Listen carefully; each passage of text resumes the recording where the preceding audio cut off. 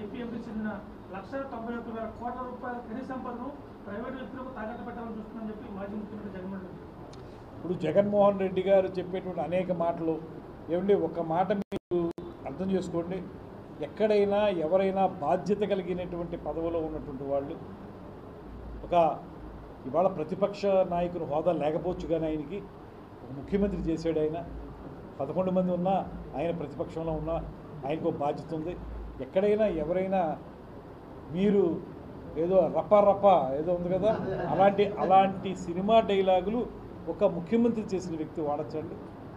చేస్తారు, మంచిదేగా, తప్పే ఉందని అంటారా? సినిమా డైలాగ్ వాడినప్పుడు మీరు చెప్పాల్సింది ఏంటి? బాధ్యత గల వ్యక్తిగా తప్పు, అలాంటి మాటలు ప్రజాస్వామ్యానికి పనిచేయు, మనం అలాంటి మాటలు మాట్లాడకూడదు, దీనివల్ల అశాంతి పిచ్చిమీరిపోతుంది అనేటువంటి మాట చెప్పాల్సిన బాధ్యతయుత పదవిలో ఉన్న ఆయన మాట్లాడింది ఏంటండి? ఇంతేగా అనేటువంటి మాట.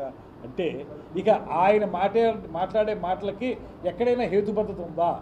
ఆయన మాటలకి విలువ ఇవ్వాలా? మనం సమాజంలో అశాంతిని రెచ్చగొట్టే విధంగా ఒక బాధ్యతాయుతమైన పదవిలో ఉన్నటువంటి వ్యక్తి మాట్లాడుతూ ఉంటే దాన్ని మనం ఆమోదించాలా? దానికి ఒకరి భాషలు చెప్తారు, మళ్ళీ ఆయన అలా అనలేదు. స్పష్టంగా మనం టీవీల్లో ఆయన మాట్లాడిన మాటలు వింటా ఉన్నాం. మంచిదేగా అనేటువంటి మాట ఆయన అన్నప్పుడు, సినిమా డైలాగ్ అయితే మాత్రం మాట్లాడాలా మాట్లాడకూడదు అనేది మీకు హద్దు తెలీదా? సినిమాల వరకు పరిమితమైన మాటలు తీసుకొచ్చి మామూలు బయట జీవితంలో ఉపయోగిస్తారా? సరదాగా మాట్లాడి జోకులు చెప్పుకోవచ్చు, అది వేరే విషయం. ఇది 24 గంటల్లో ప్రజల్లో ద్వేషాలు రగిల్చే విధంగా ఉండేటువంటి మాటల్ని ఒక బాధ్యతాయుతమైనటువంటి వ్యక్తి మాట్లాడచ్చారు. ఆయన మాట్లాడే మాటలకు దేనికి విలువ లేదు అనేటువంటి మాట దీన్ని బట్టి తేలిపోయింది. తర్వాత మనం జరుగుతున్న సంఘటన చూస్తూ ఉన్నాం. ఎప్పుడు ఎక్కడైనా సరే ఆయన పర్యటించేటువంటి ప్రాంతాల్లో ఏదో రకమైనటువంటి ఘర్షణలకి తావిచ్చే విధంగా వాళ్ళ మాటలు ఉంటున్నాయి, వాళ్ళ యొక్క విధానం ఉంటుంది. దీనివల్ల రాబోయే రోజుల్లో యుద్ధ వాతావరణం రాష్ట్రంలో రావడానికి ప్రయత్నిస్తూ ఉన్నారు. అయితే ఒకటే మాత్రం చెప్తుంది, కూటమి ప్రభుత్వం స్పష్టంగా చెప్తుంది, ఇలాంటి యుద్ధ వాతావరణాన్ని సృష్టించే వాళ్ళ మీద ఉక్కుపాదంతో ఖచ్చితంగా అణగొడతాం. దాంతోపాటు శాంతియుత వాతావరణాన్ని సృష్టించడానికి ముఖ్యమంత్రి గారు, ఉప ముఖ్యమంత్రి గారు ప్రత్యేకమైనటువంటి విధానంలో వెళుతున్నారు. 100% దాన్ని అమలు చేసి తీరుతాం. ఏమిటి సినిమాటోగ్రఫీ మంత్రిగా ఏమండి? ఒకటి చెప్పనా, నేను సినిమాలో మాట్లాడేది సినిమాకు పరిమితం. నిజ జీవితంలో మాట్లాడుతున్నటువంటి వ్యక్తుల్ని రాజకీయాల నుంచి బహిష్కరిస్తారని అడగాలి మీరు.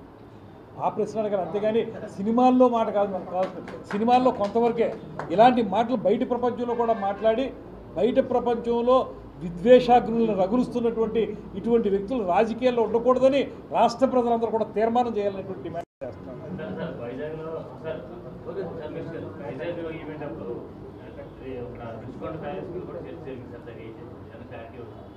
చేస్తారండి త్వరలో. ఎందుకంటే అది వాళ్ళ యొక్క సౌకర్యం కోసం వాళ్ళ రాజప్రసాదంగా నిర్మించుకున్నారు ఋషికొండ ప్యాలెస్ని. మీకు ఇంతకుముందు కూడా మళ్ళీ చెప్తున్నాను, అంతకుముందు అక్కడ ఉన్నటువంటి రిసార్ట్స్ ఏవైతే ఉన్నాయో అవి ఋషికొండ రిసార్ట్స్ గతంలో ఉండేవి. అవి రాష్ట్రంలో మాకు పర్యాటక డిపార్ట్మెంట్కి అత్యంత ఆదాయం ఇచ్చినటువంటి రిసార్ట్స్ అవి పడగొట్టేసి ఇప్పుడేమో వాళ్ళకి కావలసిన రాజప్రసాదాన్ని నిర్మించుకున్నారు. ఇప్పుడు 2 ఇబ్బందులు దానివల్ల. ఒకటి, దానివల్ల మాకు వచ్చే ఆదాయం పోయింది. ఫస్ట్ ఆఫ్ ఆల్ మన ఈ డిపార్ట్మెంట్కి వచ్చే ఆదాయం పోయింది.